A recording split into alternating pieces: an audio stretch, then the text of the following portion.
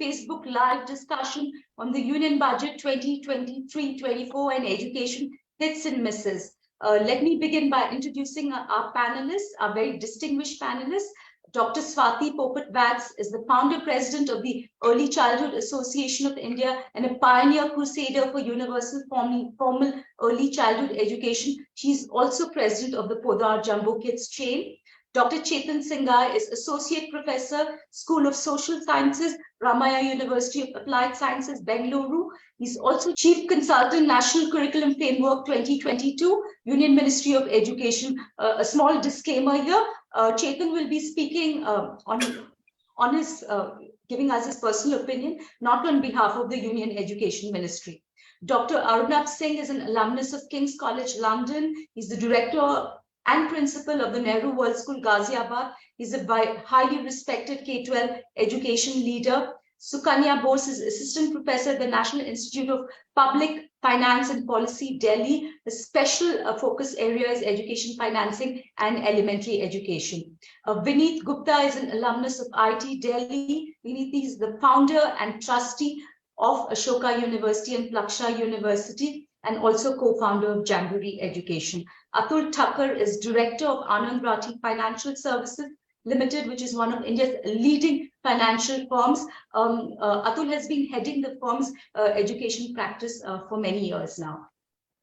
Okay, ladies and gentlemen, the reason why Education World, this tradition was started last year when I hosted the first Facebook Live on education and the union budget. That's because we think that this is a very, very important sector. Without education, we are not going to become, a 25 trillion economy. Without building our human capital resources, we believe that human capital resource development is the prerequisite of financial prosperity. So, Union Budget 2023-24 presented this morning by Union Finance Minister Nirmala Sitharaman. Allocation has been raised from 104,278 crores to rupees 1.12 lakh crore, which is an increase of about 8.3%. Other highlights include focus on teacher training, building a national digital library, and skilling of youth. Though the budget has increased, this is still below the pre-pandemic budget of rupees 1.22 lakh crore allocated in 2019-20. So there's a long way to make up here. And for a country which is still emerging from the pandemic, as the ACE report confirms, sharp drop in learning levels of children, we believe, at least I believe, it's overall a disappointing budget for education. But let's hear it from the experts. Chetan, I want to come over to you first, and we're going to have each one of you all. You're going to get 2 minutes each. Each one of you will talk about what you thought were the hits and misses of budget 2023-24 for education. Chetan, over to you. Thank you for your opening remarks. I think now that India is envisaging NEP, National Education Policy, and the National Curriculum Framework, it is a moment of reflection that we all have to do in terms of what are the key highlights and what needs budgetary allocation, what doesn't need budgetary allocation. Because NEP envisages a larger policy, a vision of the institution, by the institution, for the institution kind of a perspective, where most of the recommendations of NEP are something which most institutions already practice. It is only a matter of scaling it up to other institutions. So in a sense, these shift from the traditional conventional education to skilling way forward, especially in secondary and higher education, is I think the budget really takes care of that transition on one hand. Second important dimension that what you call as a hits, I would say in addition to this, is the emphasis on research and development. I think that is something which we're missing in terms of the higher education scenario. But here, with the NCF coming in, the allocation for Anganwadis that has been also made specifically, and diets, teacher education, which is an important component of strengthening quality school education, is another major hit that I would say in terms of focus or emphasis. Third component, which I feel which is aligned to this concept of Amrit Kal, that is emphasis on technology-driven education, is a third important hit, because we are talking about more expenditure, and I'm sure my other co-panelists would highlight that. We often focused on recurring cost, and recurring expenditure was usually the budget allocation where it was going to, not much on the capital front. So I think now the shift is also visible in the last two budgets. This budget further re-emphasizes that shift. I think that is another important hit. And the last of the hit that I would categorize is the emphasis on medical education. On one hand, there is a perception that we should strengthen the existing medical institution, but on the other hand, the support for medical education, as nursing, was very much missing. So these are the four hits. But among the misses, mostly I see is the emphasis on multidisciplinarity that NEP talks about. That needs a lot of infrastructural support, human resource support. So both recurring and non-recurring component could have been more.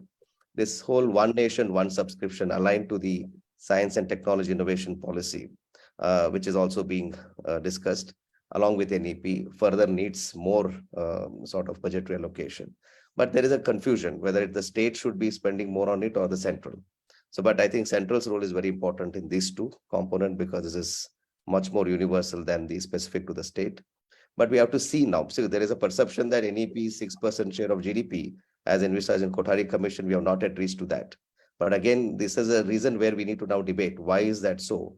But another important point I would like to say before I conclude my point is recently a sort of a Eureka movement for thinkers in policy making was when we put together budgetary allocation for ministries who are directly, indirectly working on education. Ministry of Skill Development, Minority Affairs, so many of them, 6-7 ministries, directly, indirectly work, women and child welfare. So it's actually, when you put some total of that, it's very high. But it's time to come together and see how we can rationalize that and cumulate that allocation towards the larger cause of the direction towards 6% share of GDP. These are my initial thought process, which I would like to limit here for further discussion. Over to you, Ms. Sumya. Thanks, Chetan. We'll take some of the points you've said as both hits and misses further on as we debate this subject. Swati, coming to you now, what did you think about it, especially as from the perspective of early childhood education? So early childhood education after the NEP is now divided into two sections. That's 0 to 3, which is care, which will come essentially under the Women and Child Welfare Ministry, and 3 to 6 years, which is also going to come under the MOE. So the role is going to be under 4 ministries. So keeping the ASA report in mind, if you see, literacy is where we are trying to cope up. Now, if you see the budget, we have 68,000 crores, which is allocated for the Department of School Education and Literacy. And let's not forget, we are now foundational years, which means 3 to 6 is part of school education. So for me, one of the hits was this. Number 2, if we want the NCF, which has come out for the foundational stage, to be implemented, we need teacher training. And for me, the second hit was that, yes, the budget for teacher training in diets, in research and development has increased. And my third hit was Samagra Shiksha, 37,000 odd crores for the country's biggest school education scheme. So again, let's not forget, Samagra foundational years is also a part of that. So for me, these were the hits. Where misses are concerned, I feel the Anganwadi budgets could have been bettered because it is the largest ICDS program run, and it's run on a very, very, very minimal budget. You can't take care of health and nutrition and other things like Anganwadi Sevika's salaries for the 0 and 3 age group in that budget, which is allocated per child. So I don't see anything done on that. Number 2, I don't see us reaching the 6% if we are going to keep on increasing only at this rate. Number 3, I feel I will celebrate the day during the telecast during the presentation in the parliament. The finance minister talks about the early years and what they have allocated for it, and the entire parliament bangs the desk and claps for it. For me, that would be a day when I know that the country is investing in its littlest citizens. Thank you, Swati. We'll come back to especially what you said about the Anganwadis, which I think also was a very, very big miss. Coming to you, Vineet, if we can have your opening remarks. Well, I think on the hits, there is clearly a focus on employability, which is translated through the setting up of these 30 international skill centers, especially on new technologies. That should give a fill to employability. The opening up of the 100 5G labs, the 3 centers for artificial intelligence, I think that also signifies an intent that the government wants to invest in centers of excellence and high quality labs and institutions. So that's a hit. And another fine print, the science and technology, the budget for the Ministry of Science and Technology, that's been increased by 15%. So I'm assuming that some of that money is going to come more into research. So that's a hit.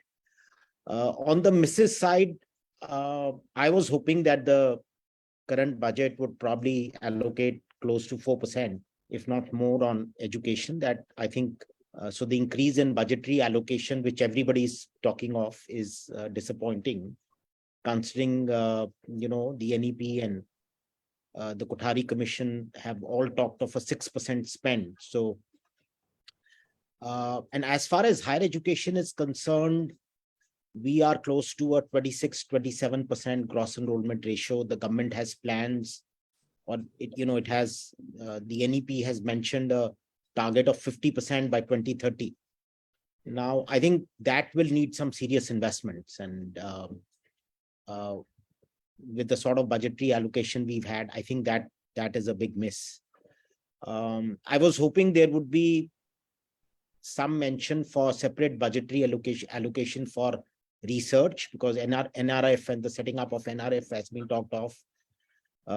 That clearly is also something that I saw is missing.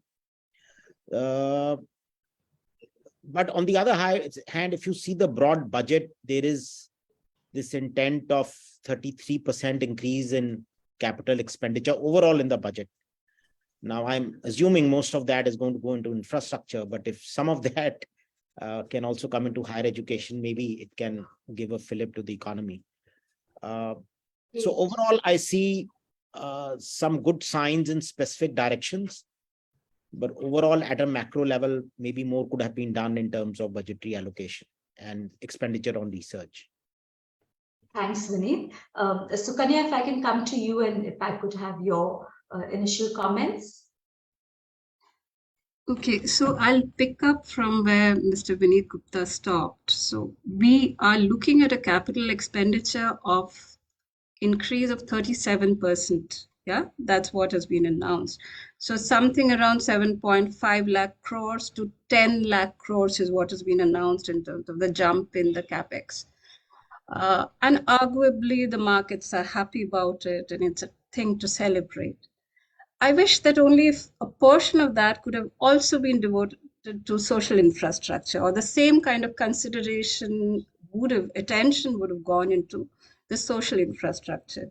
Because if you see yesterday's economic survey, there's a full chapter on social infrastructure. Yeah. So it isn't as if the government is not aware of the importance of the social infrastructure. And now over now half a century, or at least 3-4 decades, we are quite clear, and there's enormous evidence, there are enormous number of theories, experiences of countries, how this investments in human capital and people do not only advance human development, but they also advance growth. So that's a point I want to make, that to kind of underline that point, that to treat people as investments, that insight or perspective is missing from the budget. That's my major quarrel with this budget, and the past one also, which had done well in terms of public investments. And sure enough, public investments are needed, especially when the animal spirits are down, investments are down. So you need to kickstart the economy, you need public investments. But why not social investments? Why not? Because you know that you cannot grow without these. These are absolute essential. So that's a point that I want to make. A couple of other points, and then we can come back to some of the details of the budget. Yes, the overall, if you see, there's been then what we were discussing, there's been an 8% increase in terms of the allocations to school education, for instance. So as a proportion of the overall union spend, there's been a contraction. So the school education today stands at 1.5%. Department of School Education and Literacy. Of course, there are other departments, we can come back to that.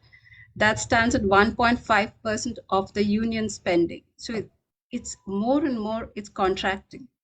And as you would understand in this federal setup, what the union budget does is it sends a signal also to the states. So in the overall scheme of things, the central spending is small, but just as it sends a signal to the markets, it sends a signal to the states. And I'm afraid the signal that is going to the state is not, because less and less money is being devoted there. On the silver linings and your hits, one might say, is there's been a concrete announcement of the 38,800 teachers for Eklavya residential schools. And that, I think, is very, very important. And the corresponding outlay is about 4,000 crores. So which clearly tells us that any substantial improvement and allocation of having teachers in school requires money. You cannot do it without money. So these are the points I wanted to make initially. Thanks, Sukanya, for setting it out with so much clarity, especially the figures for us and our audience. Arunabh, over to you now, and if we could have your initial comments and opening remarks. These would be the easiest opening remarks I've ever given. After the stalwart speaking already on the topic. My miss, I'll start there. Misses with the budget are the same that would have been for the last 50 years.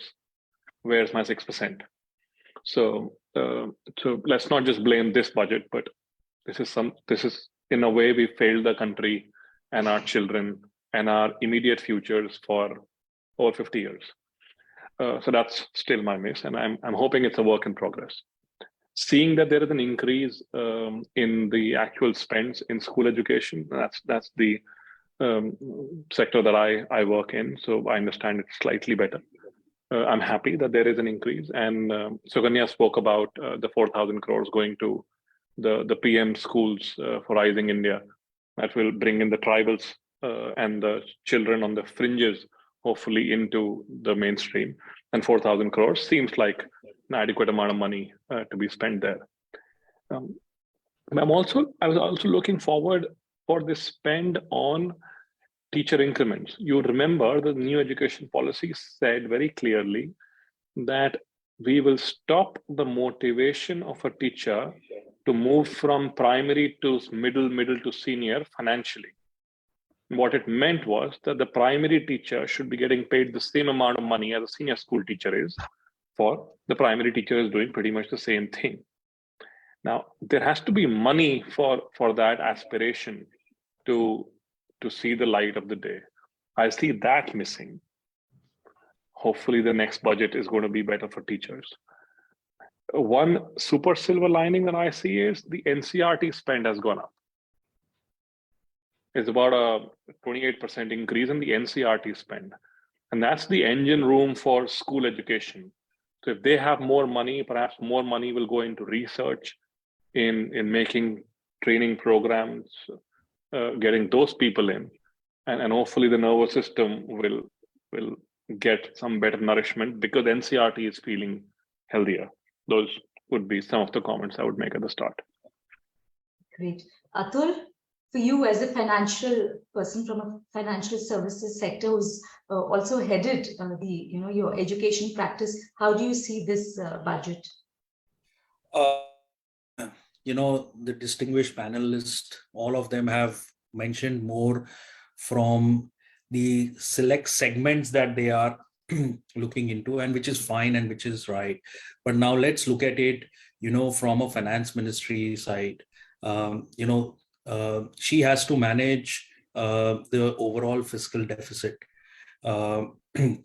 And she has to also look at 2024 when the elections are going to come. She has to also look at the global and domestic macro scenario where, there is going to be in the next 18 to 24 months a significant unemployment level.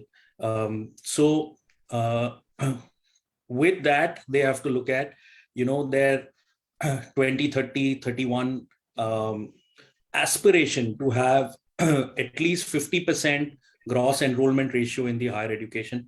So if you look at that, all these things cumulative, this budget is actually for skill development plus higher education. Within the education framework, it was not meant for K-12 even before the budget speech got announced. I mean, because these parameters are clear, defined, whether you say that any allocation done in the higher education space or skilling space will help to a certain extent reduce your unemployment, will help to a certain extent probably garner some extra votes with the fresh lot of youngsters who will be probably casting their vote first time in 2024, or the 2030-31 vision to get the 50% GR, whichever ways you look at it. The budget is actually somewhere going in that direction. And, if you look at some of the decisions which are the hits of not just this year, but of the last 7-8 years, especially if you look at the pandemic, the medical education, number of seats in the medical education in MBBS undergrad course over the last 5 years has grown only by 23,000. And that was primarily 65% of that was by the government medical institutions. So the private are actually not participating much in the higher or capex heavy medical education. Now that government has established for medical, it just makes sense to add nursing as a line over there. It becomes to a certain extent more cohesive over there, and I think which is the right direction. K-12 or school education, yes, it is of its share of allocation, and go on the record and say that probably it deprived at least for next one more year, probably in 24 budget you might a lot more allocation doing for K-12, because next year will the budget elections, and it will continue to be getting allocated and higher education. I would look at it. K-12, it's easier for players also to participate, and most of the state governments are looking at people on K-12 side. If you players going forward towards setting up a medical institute or a higher education, and perspective, probably government has to the bill of that, and that's going to continue for at least the next 2 to 3 years. Okay. At % allocation, I don't see it happening in for at least another 3 to 4 years. Dealing with a lot of other challenges, and fiscal deficit being very difficult for the allocate significant amount of funds to education as a sector. Sad, but this is the fact. I will pause it. You're saying that this has been strategically that the government has decided to focus more on higher education because it's going to help skilling, create employment, growth, etc. Chetan, coming back to you now, this we'll just decode some some specific points which I think are important to be raised. Is that the NEP 2020, there's so much talk, especially the past year, about implementing it, whether it's within the states, K-12, higher education. But surprisingly, the NEP has I went through the budget speech, has been mentioned only once And there's been no kind of, allocation or any kind of mention for any of the things, whether it's in K-12, higher education, there's no talk about it at all. And even in K-12 education, I mean, there's so many things which the NEP talks about, transforming our school education sector, and especially given with what the ACER reporter says that, this is a country still struggling to recover from the pandemic learning loss. Our children have lost whatever they learned. We need to first recover and then build. Shows no awareness of, this and nothing. I mean, I'd like your comment on that. Sure. So, see, NEP is a vision document which sets forth the direction for what we need to transform education sector, and it is a document which requires both the center and the state to come together, and institutions also to align with what changes ought to be. And as rightly mentioned by Mr. Atul, I think K-12 needs more attention in the coming years because NCF is in the making. And while the foundation stage is out, there are certain initiatives to be brought in. While it comes to the subsequent year, that is by end of November, December, those changes that are going to come through with the NCF background, because all states are also working on the respective state curriculum framework. So based on the NCF, they'll be working on it.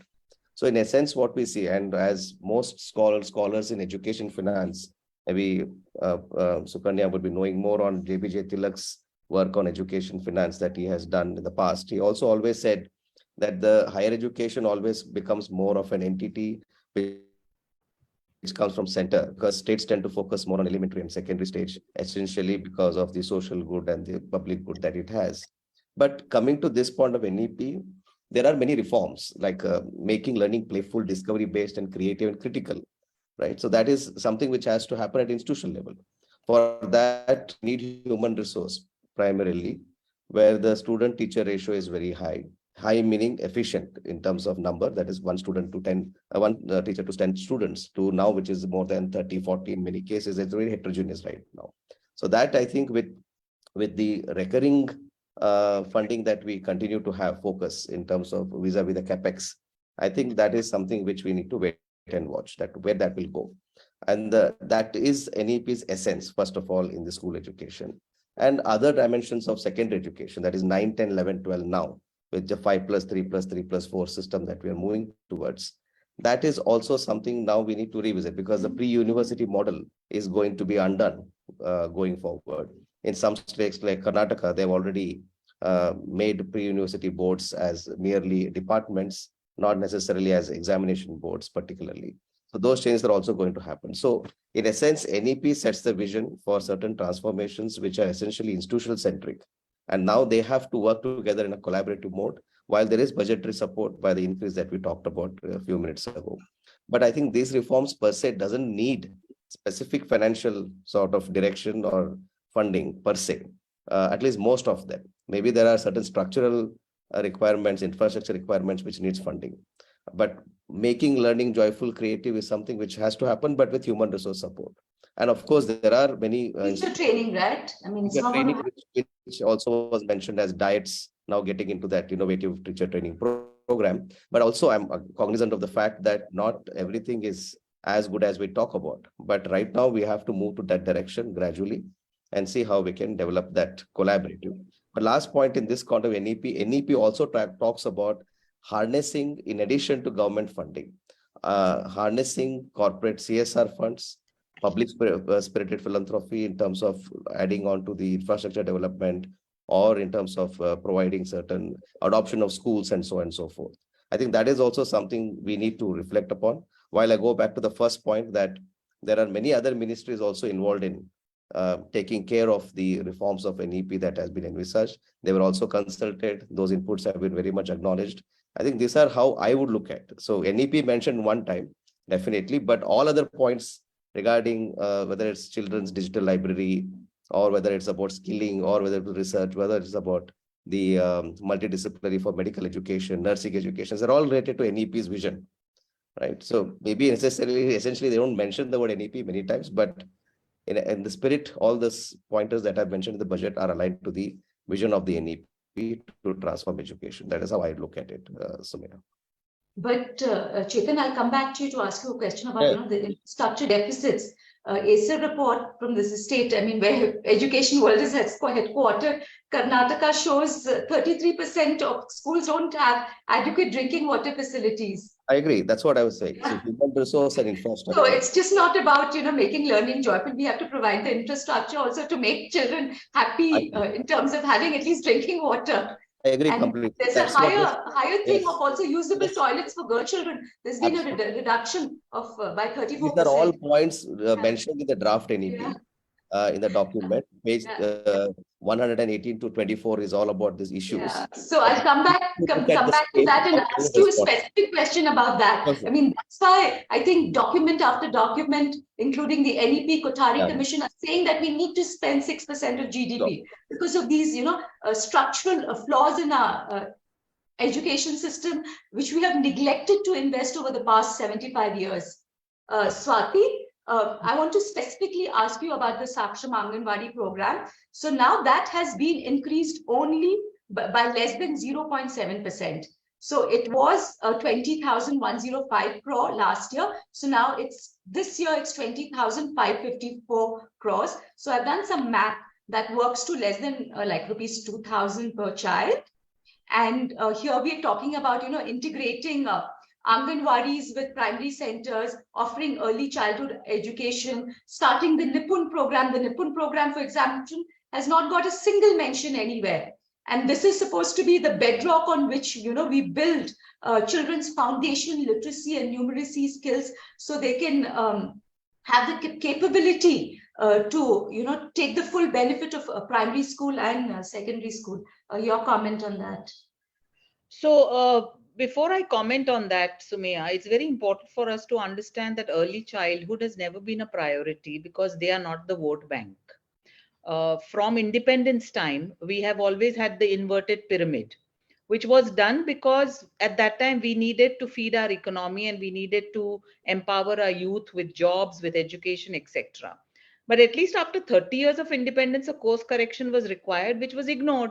And now it has become a habit. Nobody thinks of early childhood. Nobody thinks that James Heckman's theory, which has worked so well for many of the countries, will work in India. I mean, it's really stupid to think that.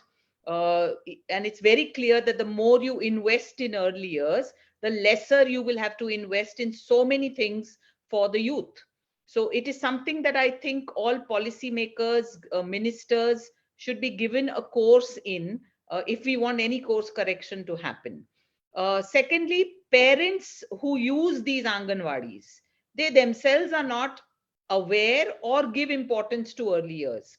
They are only worried about the nutrition and health of their child, which is kind of being taken care according to them because of the midday meal and the inoculations, etc., which they get free of cost. And they feel my child is taken care of, to mujhe aur kya chahiye. So it is very important that if we want to really achieve and if we want a positive ASA report to come in from the coming years, we will have to allocate essentially a separate budget for early years, which is highlighted, because otherwise ministries tend to use it for many other things except early childhood education. And with the NEP saying now that 4 ministries are going to be in charge of early childhood education, I'm hoping that those 4 ministries will pool a part of their budget to take care of the needs of Nipun or the NCF foundational stage, which has come in now. Also, Sumaya, I would like to mention here, what about states and their budgets? The states are also not spending on early years. And as the speaker before me said, private-public partnerships and CSR funds will definitely help, because I'll tell you how. States are spending on balwadis and they hire NGOs to look after their balwadis. These balwadis, NGOs then come to us, that is Early Childhood Association, to help train their teachers and all. And we are appalled at the kind of lack of toilet facilities, all this. Why are you hiring an NGO? Why are you not taking care of it? Why are you not appointing teams? Why are you not getting your teams trained? The books that are being used, that means a publisher is benefiting, and these books are not meant for early years.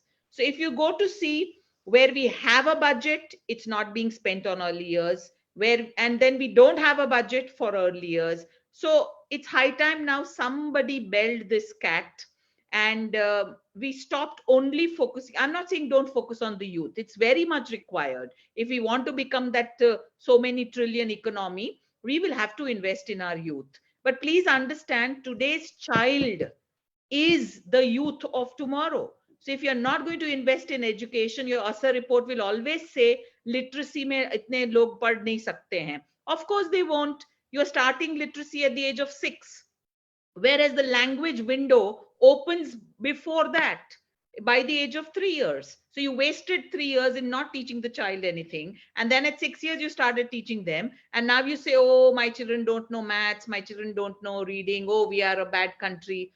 It's high time these policymakers woke up to the fact and the importance of early years, right from early childhood care and early childhood development. 2,000 rupees a child, that's all this country wants to invest in its littlest citizens. I mean, I'm appalled.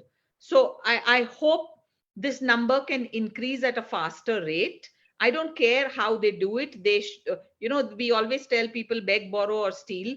I'm saying take from the private partnerships, take from CSR funds, but bring this number to 5,000 at least. That's what I feel, Sumaya. Yeah. In fact, we in Education World, Swati, we've been advocating that, we've been presenting an alternate budget. We've been saying how you can, cut down establishment expenditure, non-merit subsidies, etc., to raise money for investment in education. From early childhood up to higher education, but that's a different subject altogether. Sumaya, what you all have prepared is excellent, except I don't agree with your reduction in the defense budget, because the way this country sits right now, we desperately need a defense budget. Nahi to kha jayenge humko. But we believe we need to make peace with our neighbors. But not possible, Sumaya. I have worked with many people from these countries, and they have these warped mindset about India, and it's safe. We are safer in the hands of our defense. But the other cuts that you have suggested, I think they would work brilliantly. I don't know why this is not being considered. Yeah, we've been sending it to the finance minister, but every year I'm telling her that, set up a think tank, think about it, it can be done. But like you correctly said, that, little children are not vote banks. I think it's time for us to do some dharna or some fast near the parliament, and only that's going to get some attention. Sukanya, coming to you now, and I want you to comment on, of course, you're most welcome to comment on what we've been discussing, but specifically you, I want to ask you that since the economic survey which was released yesterday, in fact, it makes actually a very strong case for social sector spending, education and health. In fact, it's got a big chapter, and it says that it's very important for us to invest in it, but it's not reflected in the budget. Do you think for education, especially, we need to do needs-based budgeting versus incremental budgeting?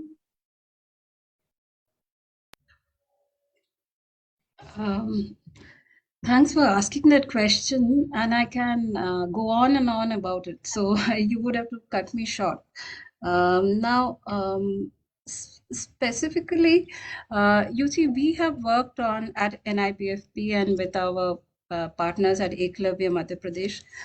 We have worked on the right to education and its financing requirements, and through using norms which the RT lays down, and many of you would agree that the right to education norms are very basic norms in the sense of reasonable but very basic norms.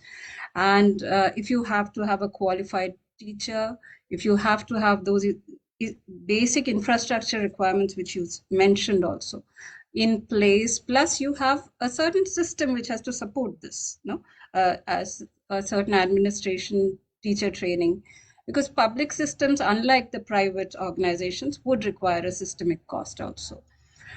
So then, therefore, we have done this calculation for every state, for every school, using the UDAS data.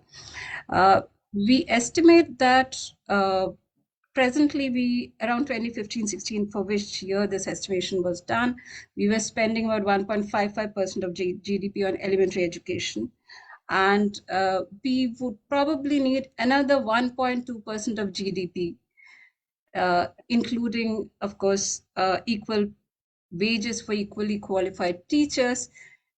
Additionally, is what you need to get to RTE compliant norms and absorbing most of the children who are out of school. You know, today's context is such that we don't even have the numbers of out of school children. The last estimates that we have is the 2017-18 NSS report. So something that which needs to be done very quickly is to have an estimate of the recent out of school children. So if you are to bring them in, and therefore you actually need a much higher investment than what you needed then. So what we found out is that we needed to almost increase the expenditure by 60 to 70% of what we are spending just for elementary education alone. Now, mind you, this is not something, this deficit is not something which is distributed equally across states. States like Bihar, the expenditure is very, very low. Bihar, Jharkhand, Madhya Pradesh, Orissa is doing much better these days. So there's also huge inequalities in spending across states in India.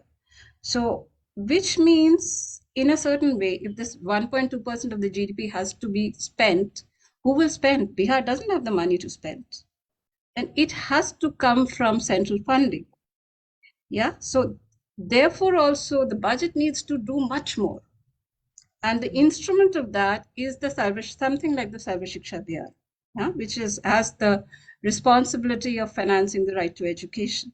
So we look at the union budget for several reasons. One, I said, is signaling, but the other is that you have to be, this entire idea of concurrency of spending was brought in the year 1976, when it was brought out from the state list to the concurrent list. Why did we do that? If one reads the literature of that time, it was done essentially because different states were spending very different levels and they had very different priorities to education. And so if we want every child to be in school of a reasonable quality, not just in school, we want not just the GERs, we are interested in the child being in a school, in an environment which is conducive to learning. And therefore we really need to invest, as we know from our own children's experiences. Anna? So the more we personalize, we can feel it all the more. So we really need to expand the central funding. And when you see, compared to the last year, our SSA funding is static. 60 crores is the increase between last year's BE and this year's BE, which means if you consider a 6% inflation, the real value of the money has eroded. So we are not even allocating at the rate of our nominal GDP growth, which is 10% is our nominal GDP growth. So a decent 40 crores should have been added, as a decent 4 crores should have been added at least.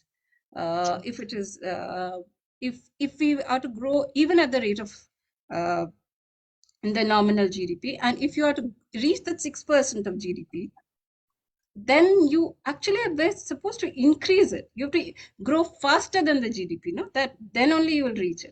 It's just like I said, it barely covers inflation. You know, whatever this increases, it just barely covers inflation. It's the mirage of 6% is still going to be, remain a mirage. It's not going to happen. I think even in the next 30 years, we'll have many more committees sitting, NEPs recommending, but we're not going to reach that target unless, we put our money where our mouth is. Vineet, I want to come to you and quickly ask you to comment. I have this comment to make that, within the higher education sector, there's a lot of activity and buzz happening about, foreign universities coming and setting up campuses.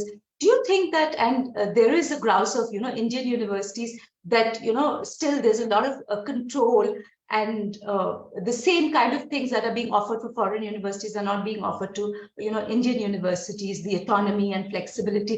Do you think that the budget, forget that it doesn't want to, allocate money, but at least it should liberalize and deregulate and allow private sector investment to flow in? See, on the in higher education, since education is on the concurrent list, a lot of the states have done some good reforms. And if you see, a lot of private universities in the last 12 years have all come through state acts. So there has been liberalization there, which has benefited. But I think from a central government perspective, if our university, so by the way, 65% of our higher education today is in the private sector, which is so I think that amount of entrepreneurship, new colleges, universities opening up is happening. Where we suffer is really the quality, especially in terms of research.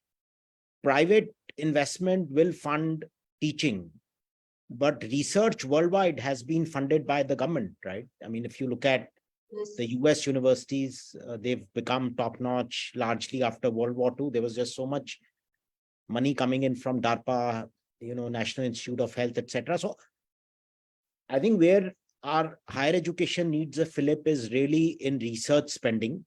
And in all rankings, while we produce excellent graduates, our universities don't rank in top 200, top 500, largely because on the research parameters in these rankings, we do very poorly. So I was hoping that on the research side, there would be increased expenditure, because that only the government can do. And second, I think on the higher education side, what the government could have also done is there's also been talk of a lot of strengthening the National Digital University or building more national digital universities, strengthening the digital backbone of higher education. Those announcements, maybe the fine print, as we read through the fine print, we'll see some of that. But I think those are areas where the government can do much more. I'm not so worried about foreign universities. It's going to take a while before they come in. It's also large expenditure, large capital expenditure. The top brands are always a little worried about going abroad. You don't see a Stanford or a Harvard or even an Oxford, Cambridge, even having a second campus in their own countries, forget a foreign country. So I think those brands, it's highly unlikely, but yes, many other universities are going to look at us interestingly, and time will tell us whether that pays off. But I'm not so worried about that, but more worried about strengthening our own higher educational institutions, so they become top-notch and really world beaters. If we have to go up in the innovation index, there is no option but to spend more money on research, innovation. And I think that really is an area where only the government can boost research efforts. So there's some of that. You see these research centers of excellence, 5G labs. I think those are all steps in the right direction. Maybe as we see the fine print, maybe there's more in research. One will find out. But I'm really hoping, and in the creation of this digital infrastructure for higher ed, I think those are areas that need absolutely investments. Okay. Arunabh, coming to you, I want to specifically ask you about, the finance minister has made this comment about re-envisioning teacher training by overhauling pedagogies and making diet, resource centers and all that. I mean, are you optimistic about, this happening? Because last year also there was this announcement of this, 15,000 PM Shri schools being set up. We don't know anything about it till now. We don't know that there's a blueprint to set them up. So how optimistic are you about this envisioning of teacher training that's going to happen? I'm optimistic. I run a Nehru World School, but I'm optimistic.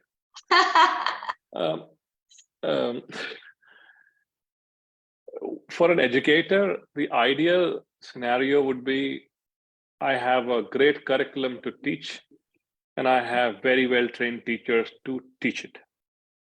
But if I'm not getting my wish list, I'm still okay with an average curriculum to teach, but exceptionally well-trained people to teach it. And if that has to happen, we need to spend more time, effort, focus, and money on teacher enablement. I wouldn't call it training, you train monkeys. These are humans you're talking about. I think we should speak about enablement or empowerment of these teachers. So I'm happy that they're at least talking about it. But I want to see where the money for this is in the budget, because it is not appearing anywhere. And if the government doesn't have the money, as it appears it doesn't, it should make it easier for the private players to come in and exist in this ecosystem. I'm speaking specifically on the school's point of view. Schools don't have as much a responsibility of research as the higher education institutions do. So in some ways, our work is easier.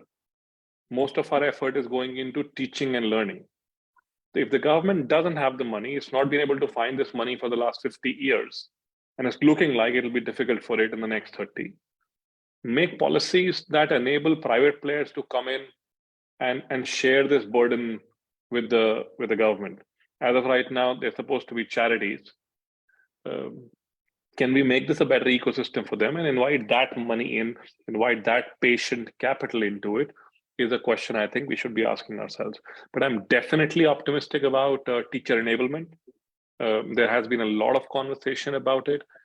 We've seen the foundational NCF come in. I know the next right behind it is a curriculum framework for teachers. So this is not just saying something on television. There is considerable amount of work that has happened in the background, and we'll soon start to see some definitive work. Thank you. Okay, Atul, over to you, and want you to comment on. Everybody has talked about deregulation and perhaps allowing private capital to flow in. How do you see the regulatory environment for education, and do you think the budget could have done something about it? See, this is a very sensitive topic because it also has a lot of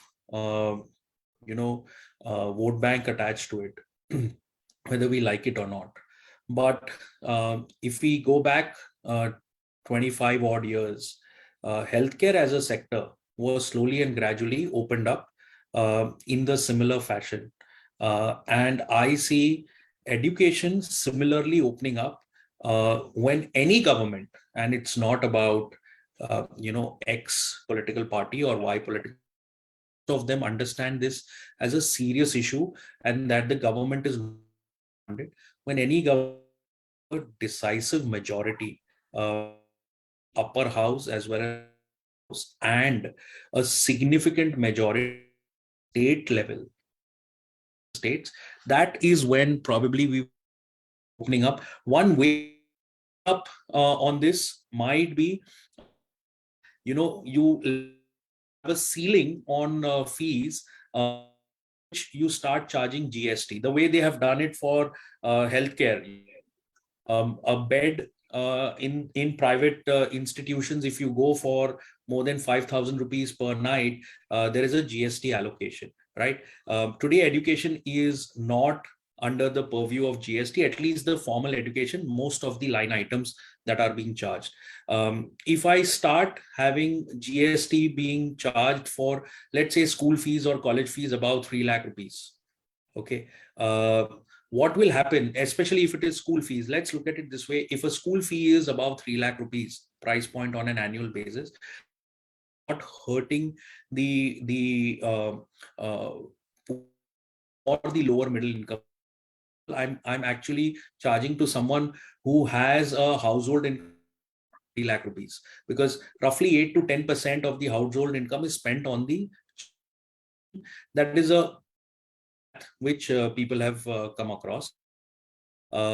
If you are charging on that, slowly and gradually you have a window to open up to and making it far more clean. And let me tell you, there are not that private institutions are investing and making money, or having a pool of investment, foreign capital coming, but the current route is quite complex, and 95% of the deals fall apart because of the complex route and because of the fear that there can be a hammer coming on them any day.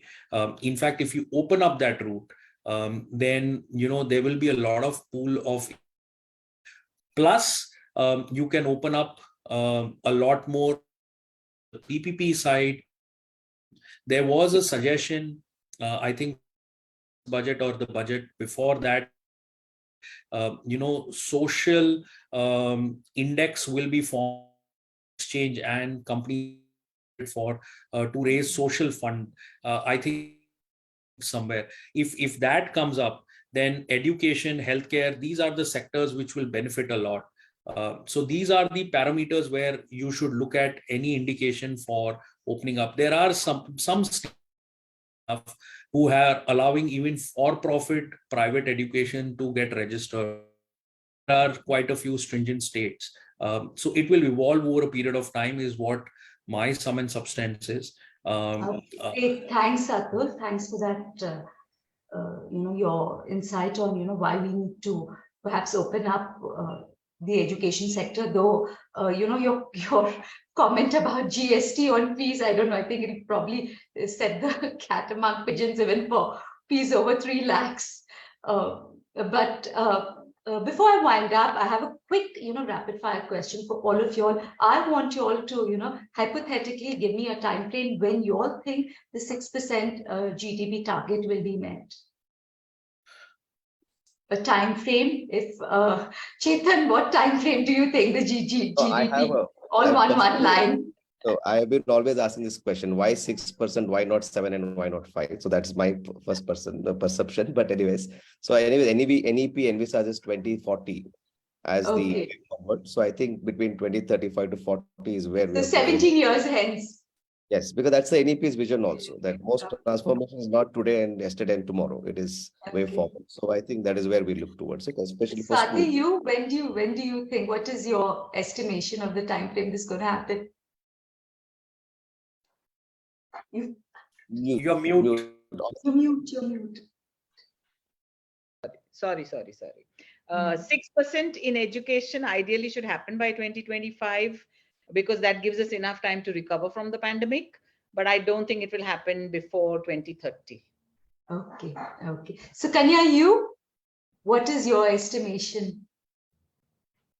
This is like taking a position in the stock market. Yeah,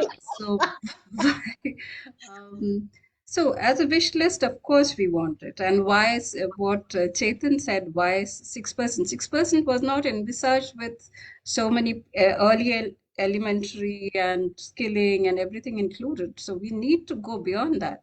And but we must have a roadmap very soon. We must have a roadmap, or we will never reach that. Yeah. Okay. Arunabh, you? Next year. Wow, that's a real. I mean, we teach our children to be optimistic about. No, we're teaching our children to be optimistic about our future. That can't happen without us being optimistic about ours. So next year. Arunabh, are you joining the ministry? No, I'm voting for you for the early years ministry, if there is ever a ministry for that. That's so sweet. Vineet, you? Well, I think I was hoping probably by 2030, but after hearing Chetan, maybe it seems more like 2035 or something. But I hope earlier the better. Atul, you? My sense is if you take, open up a window for private investment and add that up, then it will happen. You show a pathway, then it will happen by 2030, because private significantly and will cover. If you leave it only to the government, it will happen by 2050. Okay.